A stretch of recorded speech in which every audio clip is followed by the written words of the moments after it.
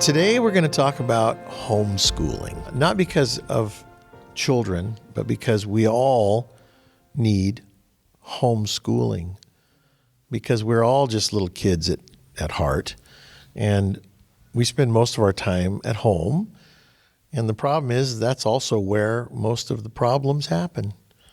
So let's talk about it, how it relates to our lives, even as older people. Homeschooling. In other words, what can we learn at home? Because, again, home is where stuff happens, you know? Why? What were you going to say? My sister Diane is here, believe it or not, everybody. Again, though, don't we learn from each other here? We were just talking before we got started about how Pamela, who's sitting next to Diane, has been part of this family of ours since she was 6 years old. I think she's probably, 55 or something now. 54. I was guessing, yeah. So some of these folks have been around for half a century, right? But we're all still little kids at our nature, our spirit. The spirit doesn't get old, the body does. And you know how we are with our children, it's funny, we actually have to tell ourselves, hey, you're the adult. A lot of times, because when you're with your kids, and I know with my kids, when I'm with them, I feel like one of them until I catch a glimpse of my gray or white hair. It's turning white now. We used to be gray. It's white. But I look at myself and I go, oh my gosh, that's right. I'm the adult here. I got to act like an adult. But it's something I have to be conscious of because I want to be a little kid. The schooling part of what we have to talk about here is something that happened to me, as a matter of fact. I talked about it a little bit on the radio show earlier this week. I had a young man that started working with me. He's 24, 5 years old, and he recently had a baby, and the baby had some complications, and the doctor told this young man that his baby was going to die. And incredibly sad. One doctor after another, the baby's not going to make it. The baby's going to die. Well, 3 months later, the baby's still alive. And it's had a number of different little complications, but its problems began at birth. Now here's this young man who needs somebody to be an adult with him and talk to him and school him a little bit. So I just want to get to what I talked to him about yesterday. I said, I have some advice for you, and if you're open, I'll share it with you. And I said, so you let me know if you're open to some advice. He said, yeah, sure. And I said, when we're young, we cannot wait to grow up. And it seems like it takes forever to get from 7, 8, 9 years old, 10, 11, 12, till you finally get to that 16 years old where you can get your driver's license and experience freedom, have some freedom, get away from the family. And then you're 16 and you're thinking, I can't wait till I'm 21 and I can drink a beer or whatever it is. And then you're 21 and you can't wait till you're 30 when you feel like you're a man or a woman, And then when you're 30, you're like, well, someday I'm going to be 45 or 50 and I'll have a family and a home. And we're always looking, to grow up. The problem is, do we add the ingredients to that growing up part of it to be able to grow up straight and true? So I said to him, I know what your problem is that you could start working on first. And I said, and if you can work on this, your life will change forever. And he says, okay. And I said, you know how when you go to Europe, have you ever seen the light sockets in Europe? They have a different standard. They have a different light socket. And those are the standards of Europe. And America has American standards. So all the plugs are universal. They all plug in just right. And I said, imagine if the world was that every time you had an electrical socket, it was all different. Everybody used their own different newfangled design or style. Well, that doesn't work that well because then you'd have to find a place that would take your receptacle and otherwise your electrical outlet thing wouldn't work. I said, so they set standards. And I said, and we should also have these standards for our life. And if you want to connect to the power, you have to use the right kind of plug-in. And that plug-in for me is prayer, acknowledging that there is a creator, there is a God, and that without him, I am nothing. my electrical stuff won't work. He's a young guy. I'm trying to talk in his language a little bit. So I said, my question for you is, what kind of standards have you put into play for yourself? You believe in God? He says, yeah. I said, okay, so you believe in God. So now you have a wife and a baby. Your baby's having some issues. Do you go to God first? Do you go to God and say, God, please help my baby? Do you put your hands on that baby and say a prayer for that baby to your Father in heaven? And he says, well, I don't really pray out loud. I said, I didn't say you have to pray out loud. I said, but your relationship with your Creator should be a private and personal relationship that is one where you communicate back and forth. He talks to you into your heart. He gives you the knowing and understanding of how to deal with your life. And you ask him for things for help and guidance. He's your navigator too. And I said, my problem with most young people is that they have no standards. They've really given themselves no guidelines of how to live their life. They just live. If it feels good, do it. So here I am trying to school this young boy, right, in life. And, I'm an older guy and he's a younger guy. And I told him, I've lived a lot of life. I said, finally, one day, I decided to put some standards in there. Let's talk about standards. Being honest. That's a standard, isn't it? I want to live an honest life. I want to be honest. Isn't one of the commandments to love your neighbor as you love yourself? Being honest and being thoughtful and caring about your neighbor as you would do for your own family member or your own self. I said, that's setting a standard into play. God gave us the 10 commandments. They're commandments. These are things that he wants us to do to live a life to where we can achieve a certain goal. What is that goal? Isn't it returning back to him, back to innocence, and leaving this earth, this maze, because we're just mice in a maze, leaving this maze complete, back to our Creator, because the body will eventually go back to the dust. So anyway, we had this nice long conversation because I drove 45 minutes about instilling some standards in your life: honesty, integrity, decency, love, kindness, thoughtfulness. And you know what? Young people just don't have anybody talking to them like that. They just don't. Their parents don't. The schools don't teach them things like this. They teach them reading, writing, and arithmetic for the most part. If they're lucky, they learn those things. They don't really teach them history anymore. So the reason why I thought I would talk about homeschooling today was, first of all, my sister is here, and she has done this with a lot of young kids, one of which is sitting next to her, Pamela. And now I said to Pamela this morning, I said, are your kids homeschooled? And she said, yep. And I said, so what do you do? And she says to me, well, basically we just live our life and we work, and that's they learn stuff from working and doing all these things, and they learn from the other, adults and people that are on the farm. And I thought to myself, man, that's so refreshing. Parents loving their kids enough to include them in their life, in their work, and teaching them through the work. And it's something that is lost. Most people can't take their kids to work with them. You just can't. I mean, if you do, it's like that one day, bring your kids to work day. But I've always taken my kids on the road, and here's what comes back to me now. My children are 34 down to 22.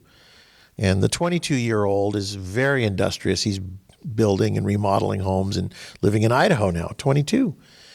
But my one son, who's about 25, lives in California, in Los Angeles, and he works in the film and movie industry.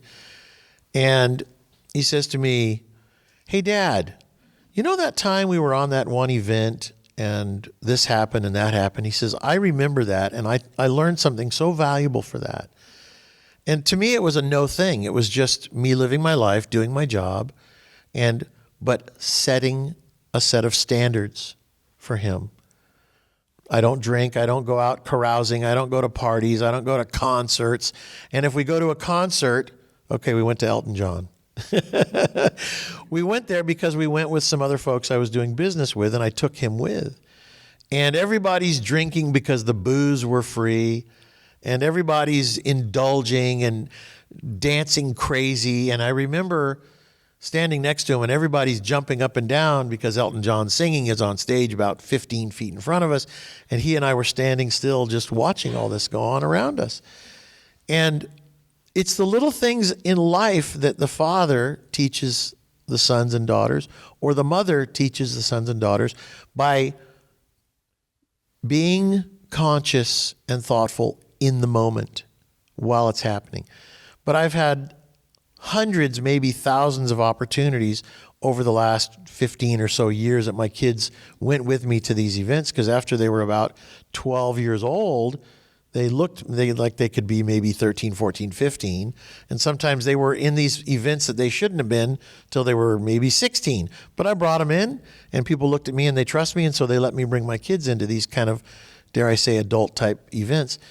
But my children have come back to me now a number of times and said, I remember you did this in this situation. I remember you did that, or we did this or that.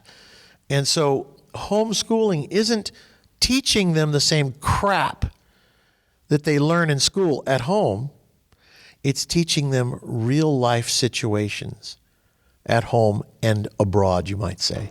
I've taken my children to Spain with me on events and taken them different places around the world and to trade shows and what have you. And I just needed to have those standards myself to begin with. And the problem is that most people, even grown adults, don't have any standards in their life. They've never really decided to. Pamela, because you guys are living it, I want to pass the mic. Well, I think more than standards is purpose.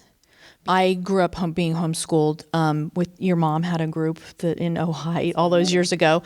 Yeah, and I think that, when we went to homeschool our daughters, my husband was really fearful. He'd never had that experience. He's like, what are we going to do? And they're not going to know anything. And it was all this fear all the time. He wanted to know what curriculum we were going to do.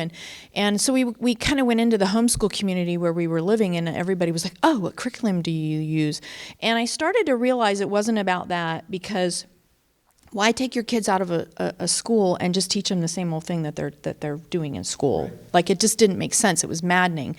And I would fight with my husband all the time. Like, you have to trust them. You have to let them have experiences. You have to let them be interested in something. And it's even more than being interested, because we were living in California. My company, we travel all over the United States with our petting farms and pony rides, and we had a home base here in Oregon, and then we had one in Texas. And we were living in this little cul-de-sac, and my kids had nothing. Like, they just had school, curriculum to do. And there was no purpose for them, and when they would go on the road with me with the petting zoo, and they were part of it, and they were out there dealing with the public and running things, they had purpose. They had confidence. They could go into the office with me and talk to the business people, and people were like, wow, your kids are so savvy, and how do you do that? And I just well, we homeschool. And then people were like, well, what curriculum do you use? They would keep coming back to that. And I was like, we don't.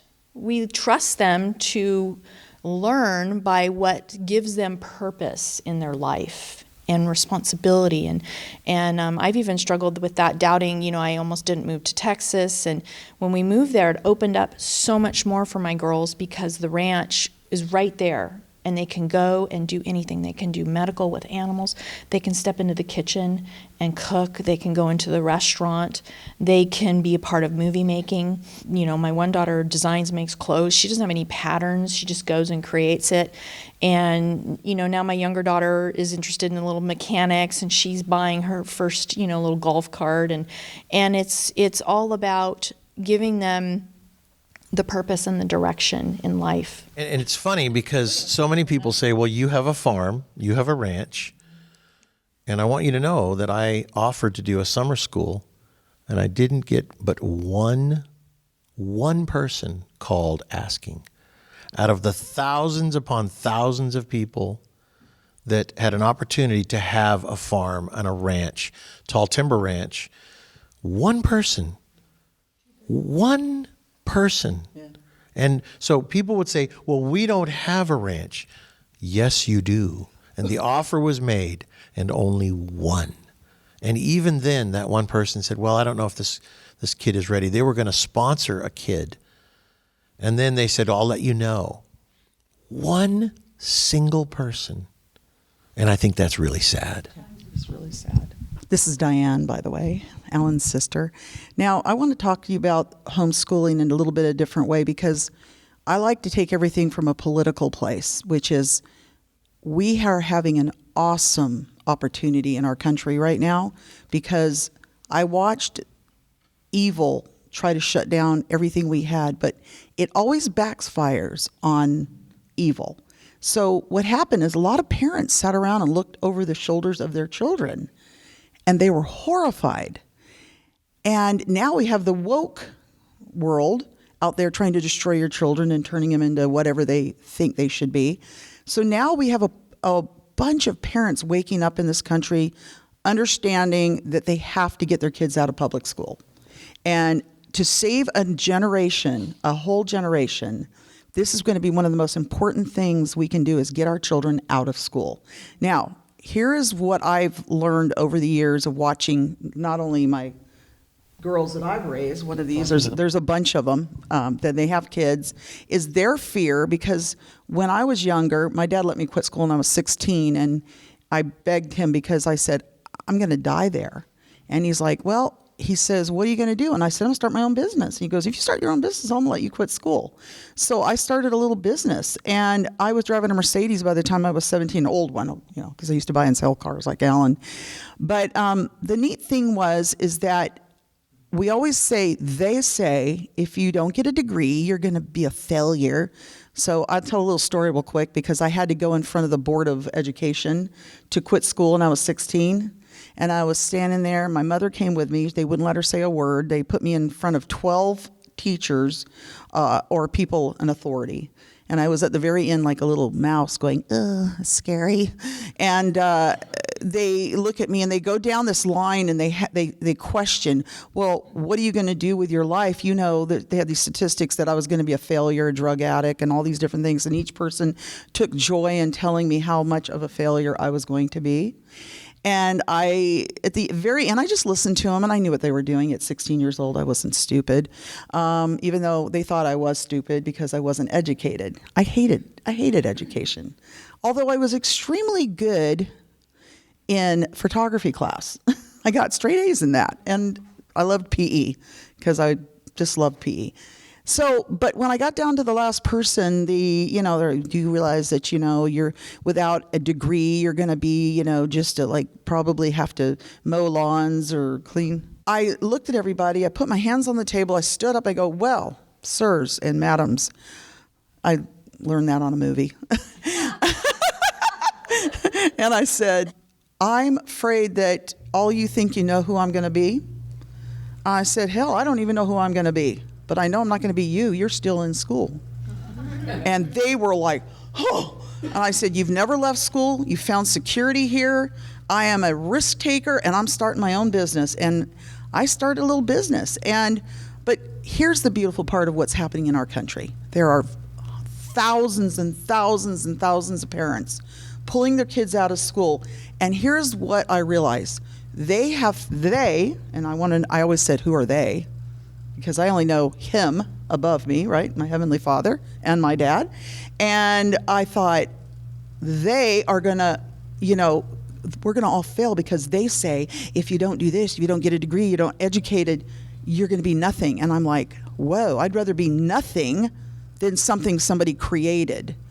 So here's a beautiful opportunity in our world. Take your kids out of school, because I've seen people in apartments have kids that you don't need to actually even teach them academics. That's the weird thing. We all are full of fear that our kids are going to be dumb and they can't read. But I've got to tell you, we have at least 6 kids amongst my business partners, and Pam's 2, and there's 3 other ones. Pamela. She's been Pam to me for a long time. And they are brilliant.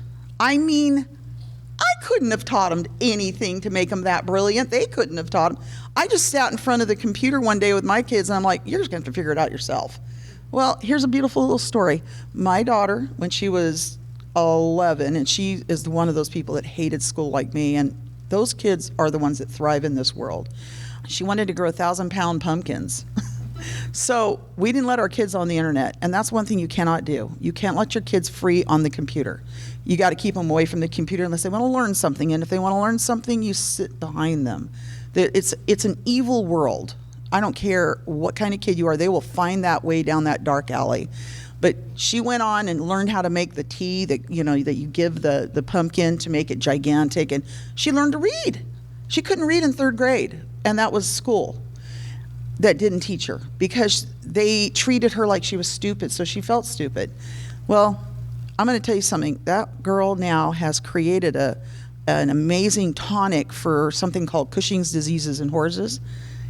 This is what happens when you leave your children alone and they find their interest, and that's what we should be encouraging in our homeschool kids. What are you interested? No one ever asks them that. What do you want to do? What do you love? And when I worked with troubled kids for many, many years, and Pamela was one of them, all grown up now, still trying to... Yeah. No, but from what she came to for what she is now, they're 2 different people. The neat thing is that we have to get our fear out of the way, and like she just said, you have to trust your children's interests. You watch them. They go out and learn. No one ever taught them to talk. No one ever taught them to walk, right? Nobody ever taught them to ask questions. They're inquisitive human beings, and they're amazing, and they're self-contained 100%. We have to get them out of the way and just give them all kinds of stuff to be interested in. And one day they're going to find what they love. Now, we raised all the kids on the farm alongside us, my own kids included. Now, my son, I took him out of school at 17 because he was so smart that it actually hurt him. They didn't see his brilliance. He was bored because nothing was a challenge to him. And we took him out at 17. He's 27 now. He's the most amazing self-taught movie maker you have ever seen. And he's doing actually a motion picture now for a guy that teaches natural horsemanship, and it's going to be they've already entered it into a film festival. It's not even done. I never did anything. What was my job? Get out of his way. Let him find his interest. Oh, let me tell you what your job was. Okay. Because I think about Christian, Alan's son Christian, and he's always bought and sold cars and anything. He had jet skis and all the stuff he loved. He didn't learn that in school. He learned that from you because he saw you. And it's like, I was telling Diane this morning when you guys were talking, I was asking you about what cars you had, and you're talking about the big tractors you've been buying, and I was so inspired because I'm like, that's so cool. Like, I didn't grow up in a buy and sell home. And my husband's really fearful about buying and selling. And I just felt like this freedom, like, I'm going to do that. And Christian has such a freedom because he was inspired to live not a fearful life. Like, he's not afraid. And that's one thing that's like I've always loved about, working and being in your guys' family and working with Diane is there's such a freedom. Okay, so it's like, what are you interested in? What are you inspired by? What are you, what do you want to do? And that's what's amazing because, I'm married to a man who's very fearful, and it's like crippling, it's like you live this dull, eventful life, and you get by and everything's nice and it's pleasant, but it's not the same. It's not like adventure and love and all those wonderful things. And that's what I think it's like, people are taking their kids out of school and then they're putting them right back in school in their house, and there's no purpose and inspiration and I can't.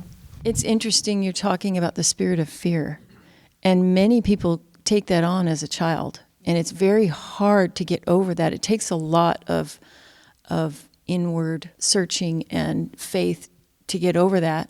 But as I'm listening to you talking, you say leave them alone.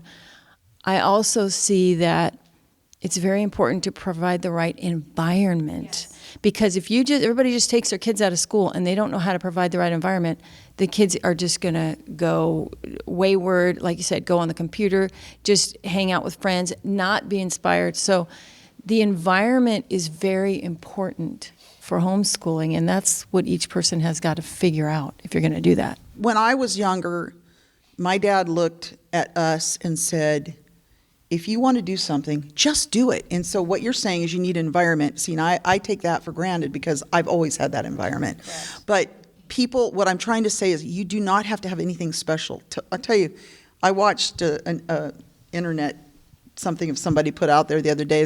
They bought these kids all these presents, and they came in these huge boxes. The kids didn't play with the presents. They played with the boxes. And what I'm saying is that, honestly, boredom is a very healthy thing. You don't let them go on the internet. And all of a sudden, my daughter started drawing. I mean, she is an amazing artist because she was bored stiff. And that was the one thing she could do, was find a pencil and a piece of paper. And it's not like we didn't have that environment, but that was inside. It was like something she could do. But I was going to tell you a little story, because that's what I do, tell stories.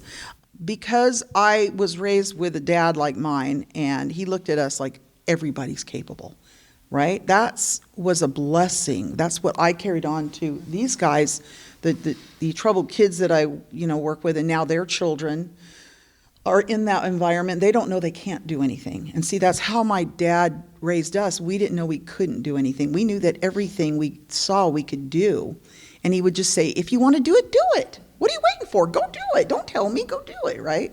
Well, here's an interesting thing, is that when we went through this stupid pandemic, which is just a bunch of BS as far as I was concerned, but we were lucky because we had a ranch, but we got 100% of our income was cut off. And I'm telling you, it was a lot of money. And we got in the middle of the Houston Livestock Show. Basically, they came out and said, you're all going to have to go home. Well, that was our one fair a year that we made our money to live off for 6 months. And I just sat there and I'm like, oh my gosh. And I love challenges. And so I thought for 1 second, I went, oh my gosh, that's going to be a long time before we ever see money again. Well, one thing we're blessed with is the fact that we had a ranch. And we turned that ranch into a fairgrounds with our own stuff. We built a restaurant because that's what we're good at. You have to find out. That's why it's so important that you have millions of interests for your children. Because in the end, what was I doing when I was a kid? I was buying and selling, like she was saying. I had a thrift store where I used to sell stuff. I'd buy it for $1 here and sell for $10 here. And I was a very good cook. And I had a restaurant on a farm right here in Meadowview. That was my restaurant. And we were written up in Sunset Magazine. The point I'm making is that if you find something you love and you're really good at it, you will never starve, and your children will never starve. And you have to get your kids to be part of every single thing you do. So a lot of people in the pandemic, entrepreneurs, they found other ways. That's what entrepreneurs do. They've solved problems and they pivot. Okay. But the problem is the school system, the way it's set up, is meant to prevent people from being entrepreneurs. So you have a huge part of the population who's gone through the mill, and now they are exactly where the child is. The parent is where the child is. They never believed in themselves either. There's a problem now because the parents are also in the same boat. So they're going to have to learn right along with the child. You know what I'm saying? I was a teacher for a while, and one of the things that they teach is how to be a failure. If you don't do well in school, you think you're not going to do well in the world. And there's a certain stereotype that I went to school that if you didn't wear a suit and a tie and go to an office job, that you weren't a success in life. If you had to work with your hands and build something and do something, you weren't as good as that person who wore a tie and a white shirt to work. Well, they even categorized us as blue collar and white collar, right? And me, I just have a T-shirt now. Is what I wear a T-shirt. I have a blue collar right now. You know, it's funny because I'm hearing you guys talk from different perspectives. Okay, mothers with small children, mothers with, grown children. This young man I was talking to is a father with a brand new child, and one of his last jobs was 2 years at a vape shop. And he started telling me these stories about this one woman that came in and wanted to know what best flavor to put with her meth when she smoked meth. She wanted to put a flavor with it. She was asking him, and he said, he started laughing. He says, I don't know. I don't smoke meth. But what happens is, look at that, sadly. Instead of him having the courage or the wherewithal, the understanding, the clarity to say, ma'am, first of all, I mean, working in a in a vape shop, you may not find that, but this is the people he was dealing with. And, I've said this in the Valley of the Blind, the one-eyed man is king, right? But what I've learned recently is I don't want to live in the Valley of the Blind. Unfortunately, we live in the world of the blind lately. And so how do you teach somebody who is blind to see? You can't teach somebody that, but what you can do is you can example it, which is an interesting thing because you're not teaching them. They are absorbing part of your example, the way Jesus did for us. He lived such an amazing life that you can't help but love his example that he set for us in everything he did and all the way he spoke. And, in the Bible, it's his words are read, right? So you can read his words and you can just say to yourself, wow, where did he get that understanding? He didn't conjure it up. He didn't learn it in school. Nobody taught it to him. It came straight from God. And this is something that you can transfer to your children by being a living example of the wisdom that your Father in heaven puts in you.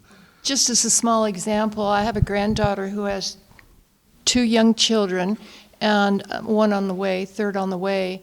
And I was talking to her on the phone the other night, and she's so frustrated and depressed because she has so much to do with being pregnant and 2 kids and running a little self-contained farm where she wants to grow all her organics, be a bread maker, do everything. She's a do-everything child. And she's so frustrated because she doesn't have the time to take her kids to the park for a couple of hours. I said, oh my gosh, Desi, you just have to have a good attitude with what you're doing in the garden, in the house, baking the bread, and be an example to your children through that good attitude. Ellen, I wanted to say one thing about, because you keep saying about teaching the kids, and it's really about, that's one thing, that I really learned when my husband kept going, well, what are you going to teach them? What are you going to teach them? And everybody, all the fear and will they say they should be at this level? And I'm like, again, I was like, who are they, first of all? But it's really, I don't think you can teach children, and I think that's what destroys them. I think that they have to discover. And so I think it's all about discovery because like Diane said, like we don't teach them how to talk. We trust them that they're going to learn to talk and they're going to learn to walk. And my one daughter was always like, kindergarten was so fun. If they kept school like kindergarten, I would stay in school because it's fun and inspiring and they do crafts and then all of a sudden they expect them to start learning and it destroys them in a way. And Diane never taught Alexandra to do the things she does at our ranch, and she's inspiring. She's discovered things that no one's, discovered about the animals, and Luke, same with his movie making, and he made a movie for our company, and I was a part of it, and we were talking about this on our way here, and Luke had to build everything. He had to build the sets, he built a sound studio, he taught my kids how to sing, and it was really interesting because it was taking a long time for him to do this. And it was getting to where I was supposed to go back home for Christmas and all this stuff. And I started kind of pressuring him to finish. And it was like, instead of like seeing what my kids were experiencing and how it was growing and how the movie was changing, I was like on a timeline and we had to do this and had to do that. And I really missed a huge part of what was going on. And it was really a hard lesson because I hurt Luke, in the process of trying to make him fit into, what everybody thinks you should be doing. And I just think that the discovery is so important for the kids and to allow them to discover and make mistakes and do all those things. So to Pam and Diane, what we're talking about here is faith. This is faith. This will challenge everyone's faith. And the truth is, America has to get back to faith in God. And the parents that are now struggling with the situation, time to go to God, time to have faith that He will guide you with your children. You can walk the same path with them. Do something together. Do something new together. Come up with an idea together. Have the faith to listen to the Holy Spirit. What more important can you teach your children? that's what guides you through life. So here's a funny little story about faith. I wanted to be around this young man whose baby is having issues, not for the baby, but the baby is the afterthought for the fact that the father needs to find God first in order to bring God into the whole situation with his baby. Because if he is there as just a knot on a log, then the baby is maybe going to not make it. I don't know. But if he brings God into the equation and God so chooses to use that baby to teach him something, maybe, and which I think is what's happening by the baby having its difficulties, him and the mother both, and all the surrounding families that are involved, God has a purpose for everything he does. And so I remember thinking to myself at first when this young man was going to come work with me, I thought, well, I don't really have much to offer. I don't really know how to teach this kid anything. But the reality is that's because my intellectual side is telling me that I don't have what it takes. Again, but if you just live by principle alone, by honesty and principle, and by God's commandments that he's given us, life itself will find the opportunities. Just living your life, walking through your day, dealing with situations, and some conversation will begin, and it will find its way into a teaching opportunity through life and just living. Now, my grandson comes over and he wants to catch this frog that lives under our hot tub lid.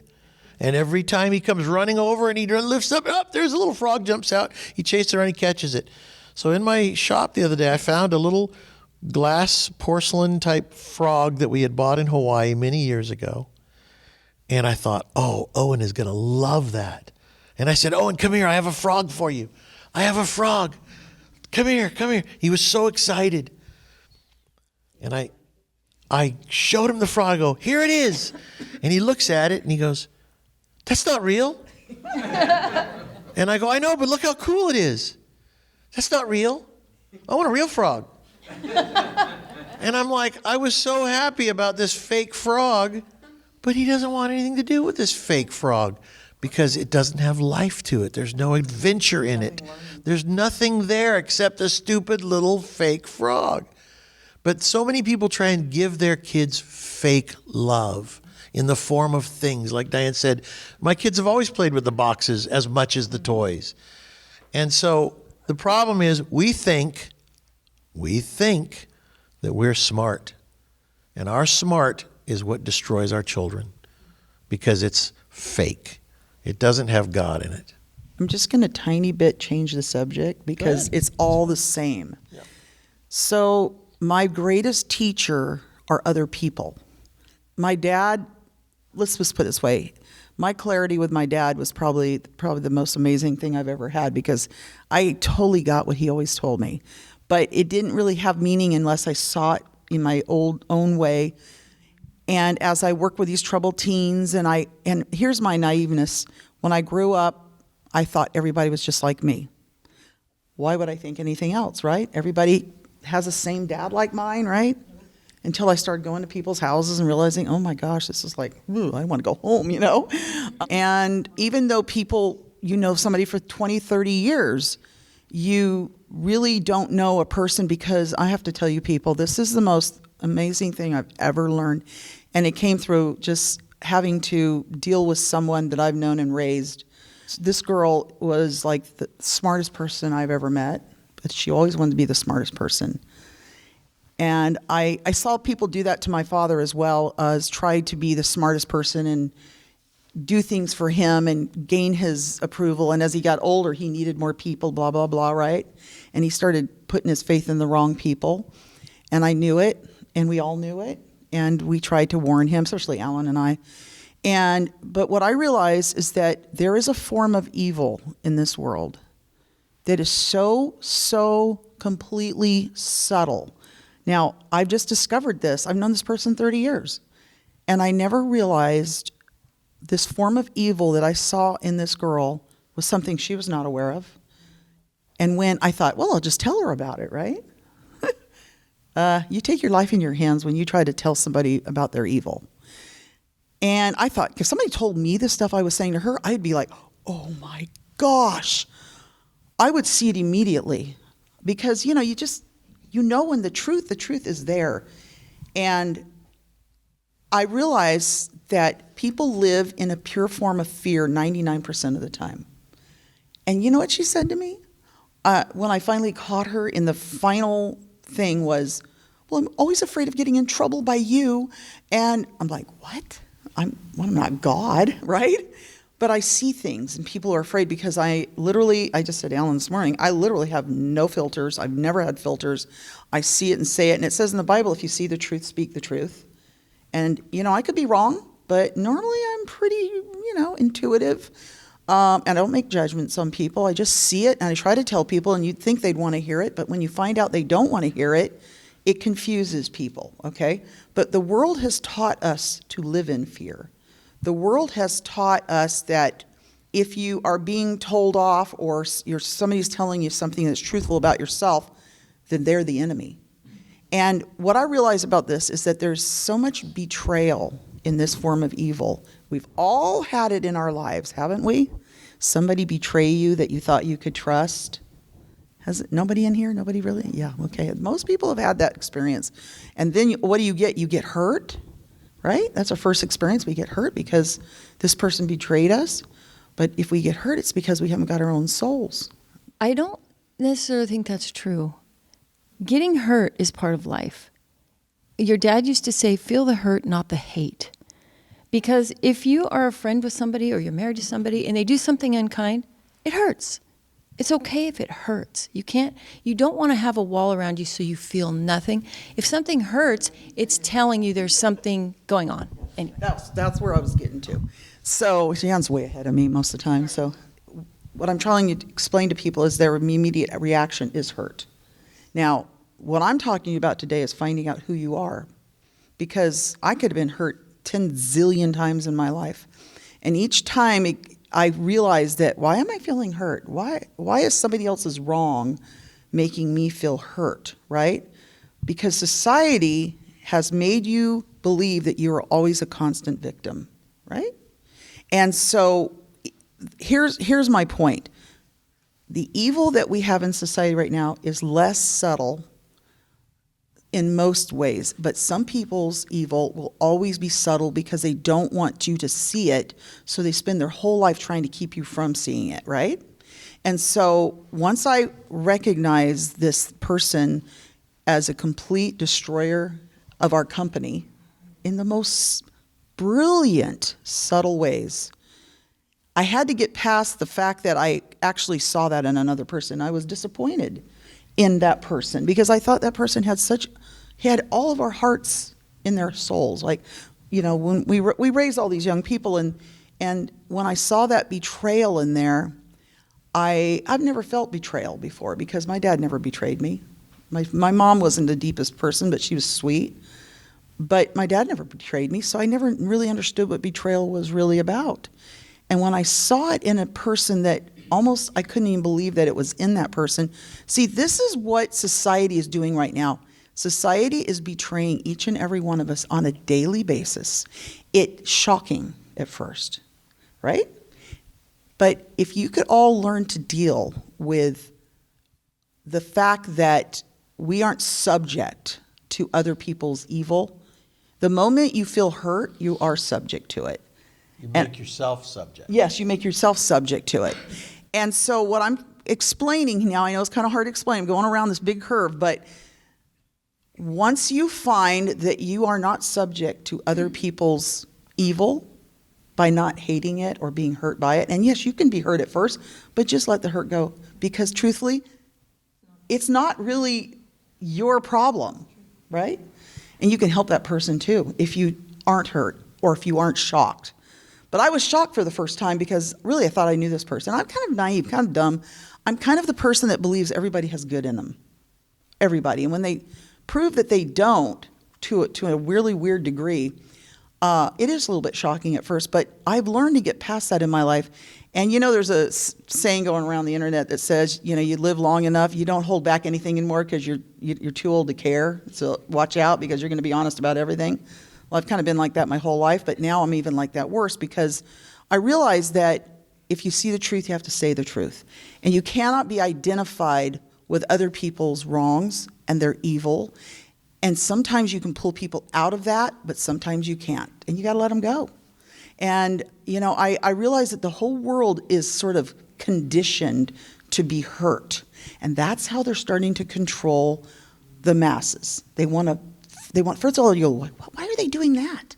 What the heck are they doing, right? What are they doing in this country? And it's confusing to so many people because we all want to believe the best all the time. I just say we have to wake up and realize that there is evil in this world and they are trying to destroy us. You don't have to go down that drain with them. Like my son always comes to me, he's like, Mom, are we going to be okay? I just remember asking that to my dad because he's been warning us, my brothers and I, about this our whole lives. I mean, when I was a kid, we had just a room full of food because he's always been a sort of a survivalist, But he warned us of this time. In fact, some of the stuff you've been putting up lately is that exact, what he explains is what's actually happening in the world right now. The best thing you can do is prepare your soul to not need friendship or to trust yourself but not hate people that fail you. Then you're truly free. Because honestly, everybody's been failed by somebody. And all we can do as adults now, for our children's sake, is not take anything they do wrong as failure or as, personally. I've always felt like my kids were like my business, and I have to be businesslike with them. My dad always used to say to me, because my son had tantrums when he was a kid, and he goes, just go in the room with him, be businesslike with him. I go, what does that mean? He's like, you sit there and let him have his tantrum because smart kids have tantrums because they can't explain themselves. And then that's all he had to tell me. And I go, okay. So I go, and my husband could not because he got identified with all that, right? But that's what the world is hoping you guys are. You're hoping they're all feely, touchy people and we're going to understand. And, but the truth is you don't have to understand. You don't have to go down that path. You don't have to take your kids to school. They're not going to be failures. They'll probably be brilliant. I mean, look, you want to look at Elon Musk? What did Jan was just telling me this morning? What did he say about truth? He was talking about growing up with Asperger's and that he was socially awkward and didn't really understand social cues, but he was just very obsessed with truth. And that's why he got into physics, because he wanted to understand the truth of the way the world works. I think it's his parents' fault for feeding him Asperger's in the first place. It's interesting what you were saying, Diane. It is very shocking, and something that I had to learn in my life, that to see what I saw without, being shocked and using that shock energy to fight it, because I used the wrong energy, and it was from resentment, but I took it as a strength. So that was something I really had to see, because a lot of times, it's true that we want to believe that, especially medical authorities have our best interests at heart, but those are the very people they're using to take over the world, and it's literally happening. It is shocking, but have to learn to get over that shock and just remain calm and see what you see and do what you have to do, period. When you were talking about the way things happen, God's way is kind of to have things unfold, and it's like taking they use the example of a rose. You can't open a rose up. If you take a rosebud and you start peeling the petals off, it sounds like that's what you were trying to do when you were trying to hurry him along as he did the film work. As God unfolds things to you or makes things known to you, it doesn't go in a straight line. We always think things are going to go, from A to B in a straight line, and it doesn't work like that. When you're doing God's will and don't even know it, it's growing, and it doesn't just grow in one direction. It grows in a lot of different directions. So you be careful when you think you know what God wants you to do and where you're supposed to go from here.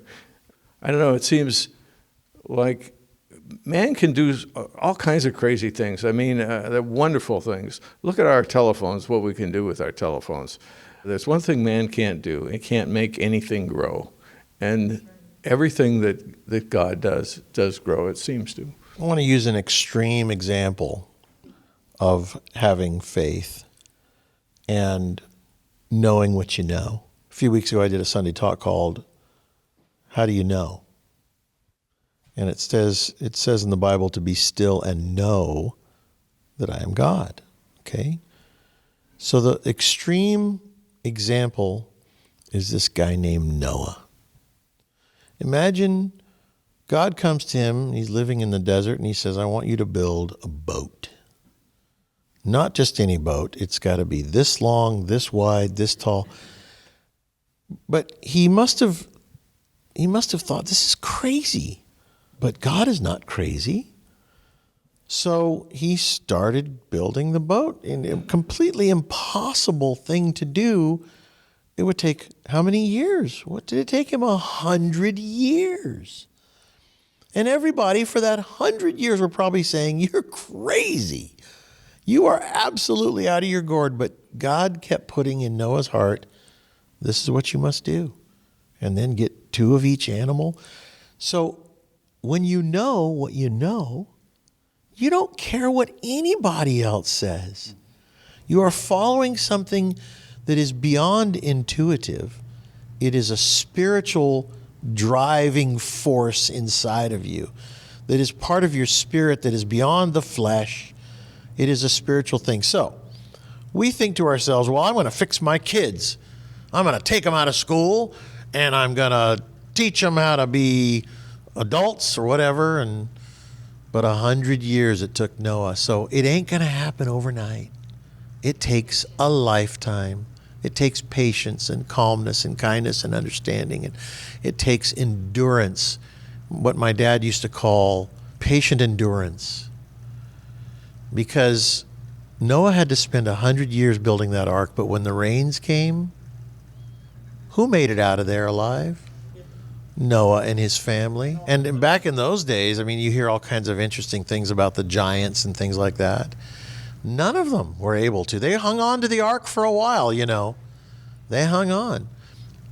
I have patience now that I didn't have before because I realize that, thank you, God, for having patience with me.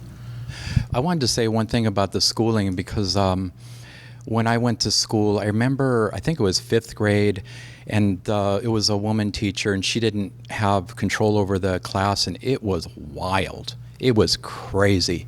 And I remember one of the tests, you know, if you scored a certain number on the test, it showed you what you would likely be in your future. And I remember, it's still in my mind. Mine was trash garbage man. I think that's so funny, but at the time, I didn't think much of it. And I didn't even think it was a bad thing to be a garbage man. They probably make pretty good money, but it was so bizarre. And then one thing that I saw, I had very little moral upbringing in the family. I didn't really have much of that. Like most of my friends were being raised by a single mom. So the little sliver I had was a little bit of knowledge about the Bible that my dad had that we rarely saw, but it was always there. You know, it was like as children, you're intuitively, you know about God without knowing. You know, that's just the way kids are. And they interject the macro evolution. And that is a sophisticated doubt of God. So in my mind, it did a number. And it said to me, wow, maybe the Bible's not true. Maybe there really is no God.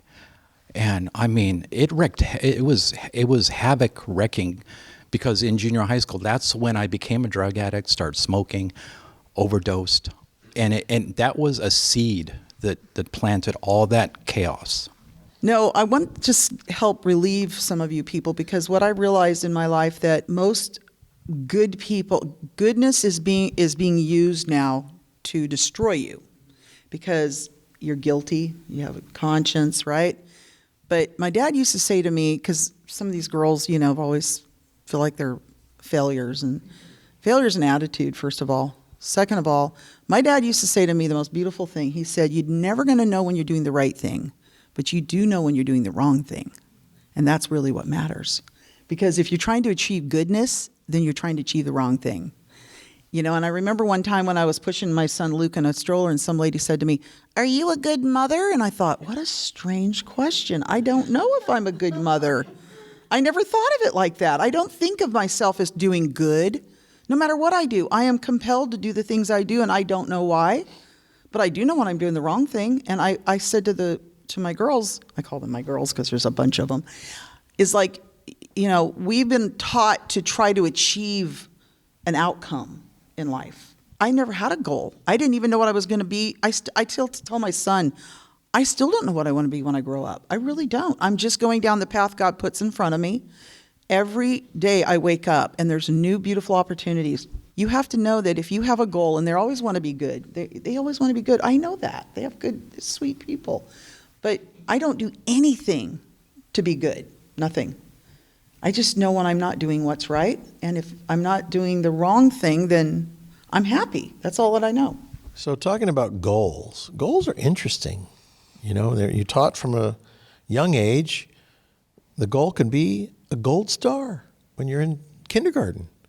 They put a whole bunch of gold stars up there, and the kid who has the most gold stars is the best kid, you know? I want to tell the story about John Voight, the actor. He told his story about, and you guys have probably all heard it, that he was having a tough time in his life, and he was down on his hands, his knees, and he was pounding on the ground. And why, God? Why does it have to be so difficult? Why? And he heard God spoke into him, because it's supposed to be. And then he said he was so happy. He was so happy because he realized God is there and he's listening. So the next morning he woke up, and he said he woke up with a glee, like, okay, God, what do you got for me today? Because God, he now knows unquestionably God is there and God is listening, okay? So I find myself buying a bunch of tractors. Personally, I sold my fancy car. I had a couple of them. And all of a sudden, I've got a bunch of old broken down tractors and a couple of nice ones. And actually, I've talked about these tractors, and some people on the internet are saying, oh, is that what you're doing with the money from the foundation? Let me just clarify. These are my tractors. But I'm buying these tractors because I feel like a little bit like Noah and the ark. And I put a call out to people saying, hey, we may do a summer camp for your kids. Let me know if you're interested. One call. Actually, it wasn't even a call. It was a text from somebody I know. But I have one guy working at the ranch who's not a foundation person. He just was a guy that was working, and somebody said maybe he can help you. And the next thing you know, he's helping me and I'm helping him, and we're helping each other in life. I'm trying to help him in his life straighten out his spiritual self, and he's certainly helping on the ranch. So I thought to myself, boy, I got one guy with a shovel, one guy with a rake, one guy with a hoe, and if that one guy could operate a bulldozer, he would be the equivalent of 100 men with a shovel. If he had a front end loader, he would be the equivalent of 100 men working. If he had a backhoe, he would be the equivalent of 100 men with hoes. So something inside of me says, we've got to have equipment at the ranch. The foundation can't afford it, but I can. So I'm buying equipment to fix up the ark, because for me, that ranch has always been the ark. And I buy horses and pigs and llamas and cows and chickens and now ducks and whatever else we're going to have to be able to feed the family, you might say. I'm going to start calling you Noah. That's my wife. But somebody says to me, why are you buying all those tractors? Nobody ever asked me why am I buying all those fancy cars, because those fancy cars were ego gratifying even to my friends that I own them. because they own a little piece of it because they think if I own it, they own it a little bit because we're friends. And some people feel that way about my tractor. So the actual answer is no. You may not borrow my tractor. One thing I realize about people that spout Jesus and God, I don't use those names very often because those are very precious and private. It says in the Bible, go in your closet and pray, right? But I wrote an article called The Blessing of Appreciation. It was in one of my dad's years ago. I used to do a lot of articles, and I can't spell. And the demon tries to tell you, you can't write either, but I have a lot to say. So I figured I'll just write the way I speak. Anyway, they came out really well. That article was sent by one of my girls' parents who thinks that I'm an evil demon for stealing their child. And because a lot of the kids that are troubled, when I take them in, their parents hate me because they think I'm stealing their kids. And the truth is, they threw away their kids. I'm just picking them up and taking them home with me, right? Giving them opportunity. They all own homes and blah, blah, blah. But one thing that this person who spouts Jesus' name, and one of the girls sent that article, Blessing of Appreciation, because she has none, and she spouted back, well, the reason why I don't like that article is it doesn't talk about God and Jesus and who they are. And I'm like, well, my dad taught me, if you've seen the Son, you've seen the Father. And so therefore, if you can't see the Son inside of people like me, which I know I've got him in me, and a lot of us do, right? Then you can't see the Father. That's a gift. That's a blessing. The curse is when people spout words, Jesus and God. I mean, yes, I do talk about God because he's my heavenly dad. That's the way I look at it. He's my dad. He's here with me all the time. He's been with my dad told me when I was a kid, my job as a good father is to pass you on to your heavenly Father. And he has done that well, all my brothers and I. And a lot of people, that's our path now is without my dad here, he's still here, trust me. But the thing is that so many people, so many churches, unfortunately, and I've been to a lot of the churches, I wanted to experience all those myself, they get caught up in the words. I had the opportunity to visit a church a couple of weeks ago, and they're a very popular church in this area, and I got so confused by the poetry of what was being said. I didn't understand what was being said. Yeah. It was an amazing experience. Yeah, you lost them. Just a little bit of poetry. My dad taught me this. Yum tum tum tum walla walla weezer, you got a face like a lemon squeezer. There's no poetry here, as you guys know. No, but what you're saying, Connie, is exactly what happens, is that, and my father is the perfect example of, he is a Jewish man that loved Christ. He confused a lot of his people. He was the one that I wasn't confused by. Exactly. I understood the simplicity of of what he was saying. Because good and God and Jesus don't want us to be people that use their name in vain. If he's in you, you will speak, like my dad always said, if you see the truth, speak the truth. And people are like, well, how do you know it's the truth? Well, how do you know it's not? I do know it's the truth. And that's the thing, is that this person spent 15 paragraphs telling her daughter, trying to confuse her, because Jesus is this and God. And every other word was Jesus, God, Jesus, God. It drowned out the beauty of the simplicity of my little article, which was that if you don't have appreciation, you don't admire your heavenly Father, because everything is a gift, right? Everything good in your life is a gift. And I wake up every day, I don't even have to think about, my dad used to say to me, be careful what you wish for, right? Because it will come. If you're a decent person, I don't even know if I'm a decent person, but you don't even know if you are. You just have to be careful what you wish for. You just have to live your life, love things you love, enjoy things you enjoy. My dad used to say, you are his child, and he wants you to be happy, and he knows when to help you become happy. And until then, you endure whatever comes before that.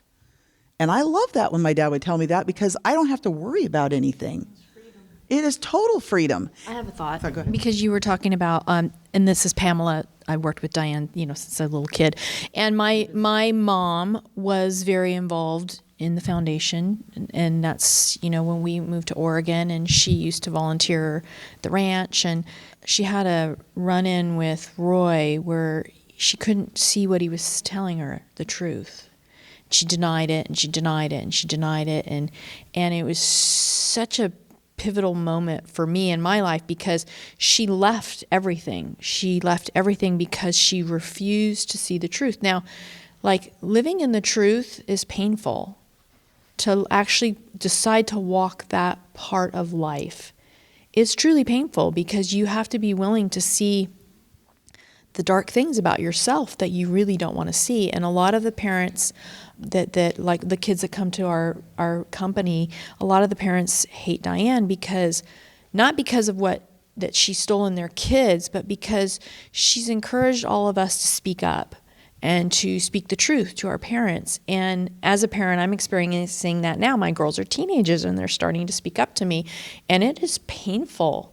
And I see, you want to deny it. Oh, no, I didn't mean that. Or, oh, it's not like that. And, you try to kind of excuse it away instead of telling your kids, yes, that's true what you see. And I think that, my mother still, she had a run in. My daughter was uncomfortable every time my mom would come. She's like, Grandma always brings me gifts, and I don't like it. It makes me uncomfortable. And part of it was like my mom wanted her approval. My mom came up to visit, and she came back the next day, and my daughter had all the things that she had brought her all packaged up to give back. And she's like, Grandma, I just want you to know I don't need these things and from you. I just want to, hang out with you. You don't need to buy my love. And my mom lost her marbles right there in the driveway, and she started screaming, and you've done this to them, and you've brainwashed them, and you're in a cult. And she threw the things that like my daughter returned at her and in the trash, and she drove away. And I thought, God, there it is again. Like, she cannot face the truth in the moment, the super simple little thing from a little girl, and she took it all offense, and she lost, like, she hasn't seen my kids since. And she's missed all of their growing up because she returned these little bubbles that somebody had made for them, and she was so offended by that. And it was just a little kid, and my mom was yelling at me and accusing me of all these things, and I go, Mom, it's not about you. She's just a little kid, like, she just wants you to listen. And it's like some people are so caught up in Jesus and doing the right thing and all their feelings that when the truth does hit them, no matter how painful it is, they're not willing to really see it. Talking about pain, and my dad, when he would correct me, I remember I used to make excuses all the time. Yeah. And I would sit there and go, but Dad, I was really good at getting out of stuff, trust me. I was really good at it, except for he knew it. And he knew that his words would eventually get in there. But one day, I told my kids, when I was 12 or 13, I just decided not to make an excuse and just sit there and take it. And it was like, the burn, the truth, and I kept thinking to myself, but once I could control myself and realize that I don't need to make an excuse. My father is a good man. He's only trying to help me. And maybe I didn't always agree with it, but he allowed me not to agree with it. That was the beautiful part. He didn't force it on me. He didn't shove it down my throat. He just laid it on me. And I stopped making those excuses. And I tell you, it was a magic. I don't remember what happened. All I know is that for about 10 minutes, it was very painful to just let him say what he needed to say. But I became a different person after that. And I can still fight a good fight, but at the same time, I can also hear things that people say. Doesn't mean it's true, but you can hear it.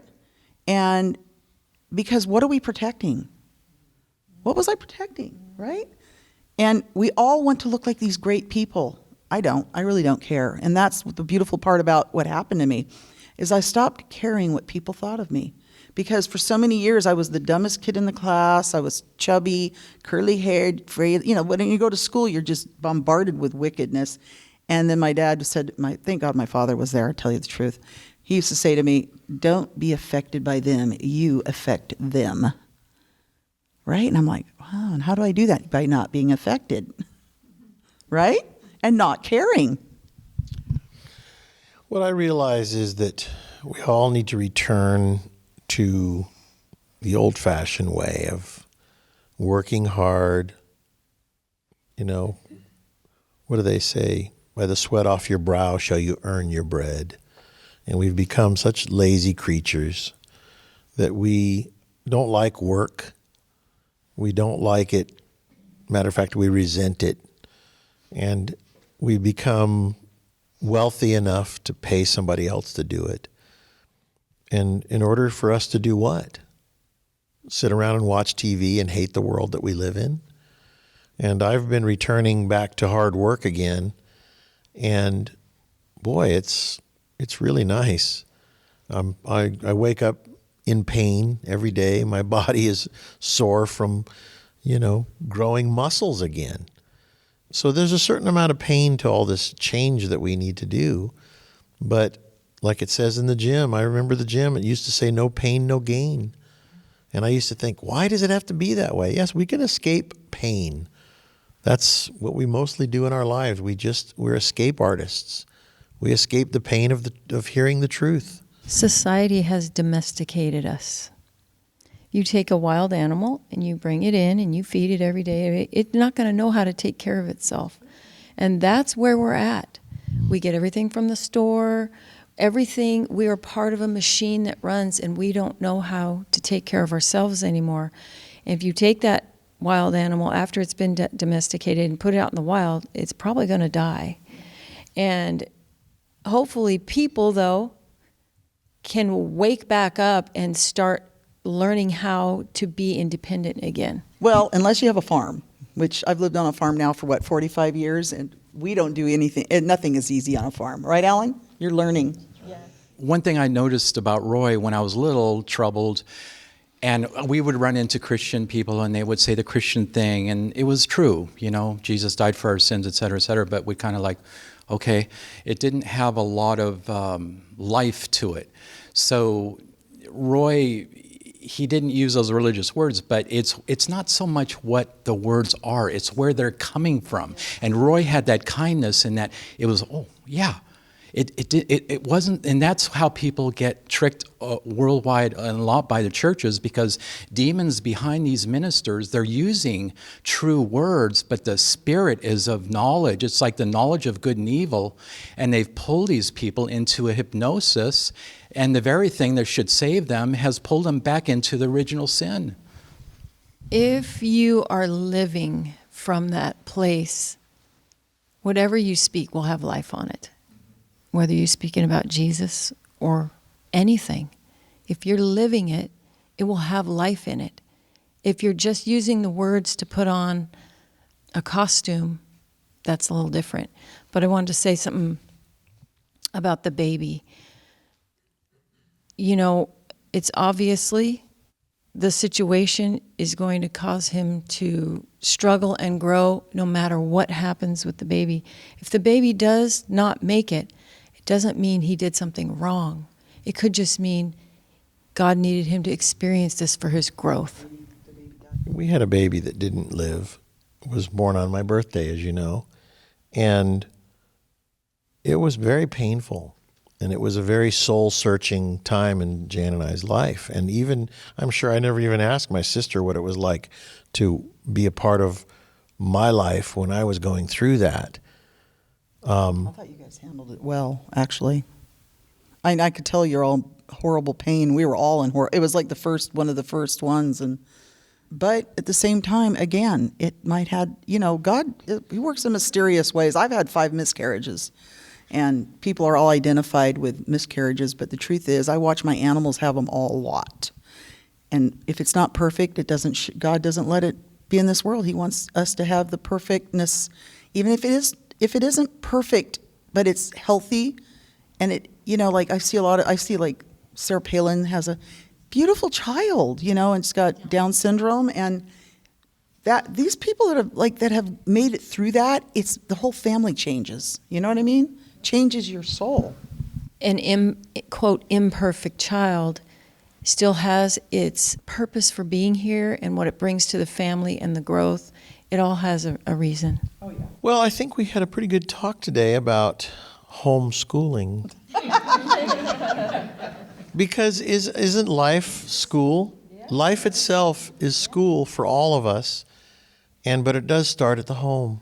It starts in the home with every interaction that we have with each other.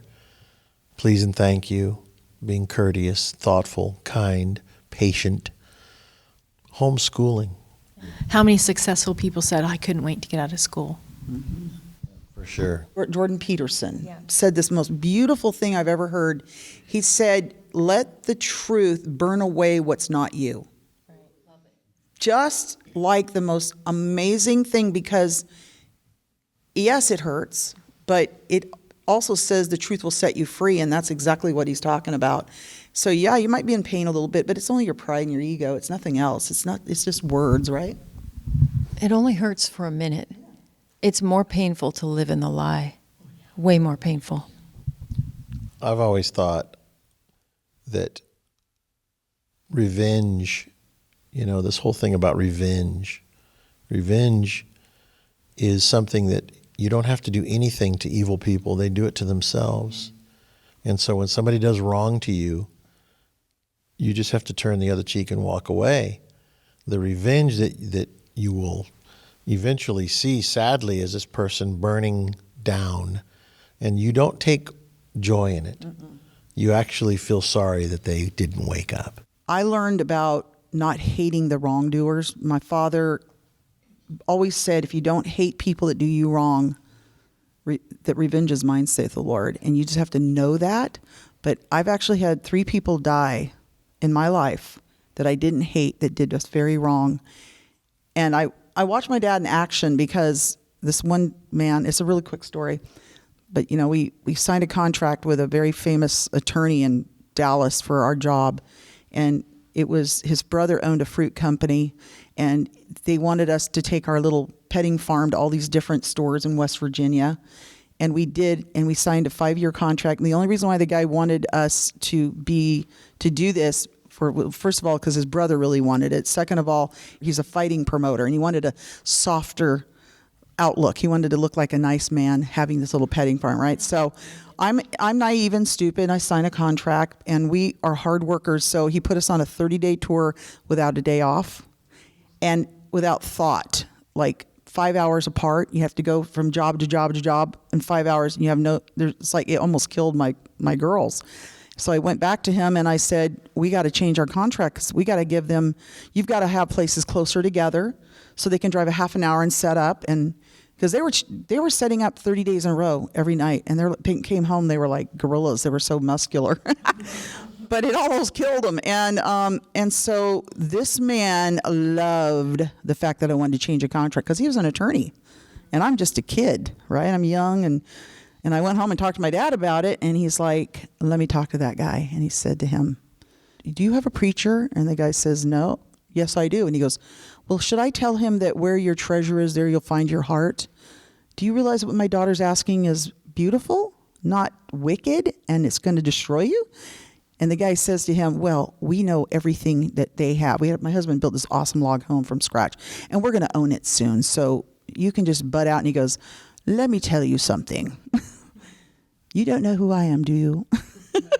He goes, if you do this, you'll become cursed, because that's what happens to wicked people.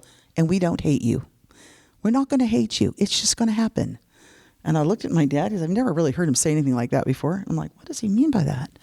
Well, we had to go to court, blah, blah, blah, I get this fax paper coming through, right?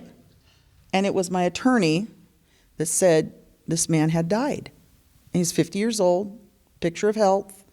He went to a tennis camp and died of Lou Gehrig's disease in 3 days.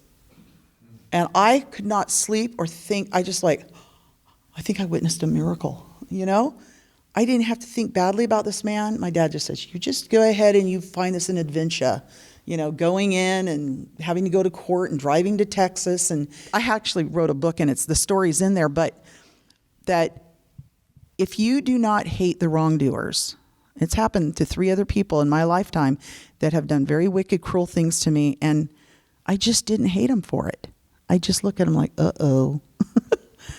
And that's an important thing. You have to understand that when people are evil, you do not have to respond and he will take revenge on them, and you don't have to even find glory in that. I was shocked. Again, it's a sad day. when you see somebody fall prey to the dark side, because they have fallen prey to the dark side. And when they fall, the best thing to do is to say, "Forgive them, Father, for they know not what they do." Because it's sad. I've seen people, fall prey, and it's always sad when somebody dies without finding Christ. All right, well, again, it comes right back down to homeschooling. Every day at home is school. I'm trying to end this on a note here. Anyway, all right, Diane is going to be being part of the radio show. So she says, you have to do that. It'd be nice. She's always got a lot to say. And Jan, my wife, has been doing it a little bit more. It's kind of fun. Communication is so important. And so this thing that God has given us, this communication opportunity with the radio show, is a gift. And I appreciate you guys all for supporting it. One more thing Oh, before my God. No, because there's people listening, and I want people to understand that no one could be like my dad. So if you're here listening, trying to find my father here again, a little goodness is in each one of us so we can share that experience. I don't think we're ever going to find a Roy Masters again, but at the same time, we can still tell our tales and sort of share with you how we grew up and the things that we've done wrong and how my father let us do those things wrong. And so I'm just hoping that people that listen to my dad for years and years realize you're never going to find him here, but he is here. Like, if you've seen the son, you've seen the father. And I always say, like, you've seen the daughter, you've seen the father. Okay. Thanks for listening. Thanks for coming. See you next week.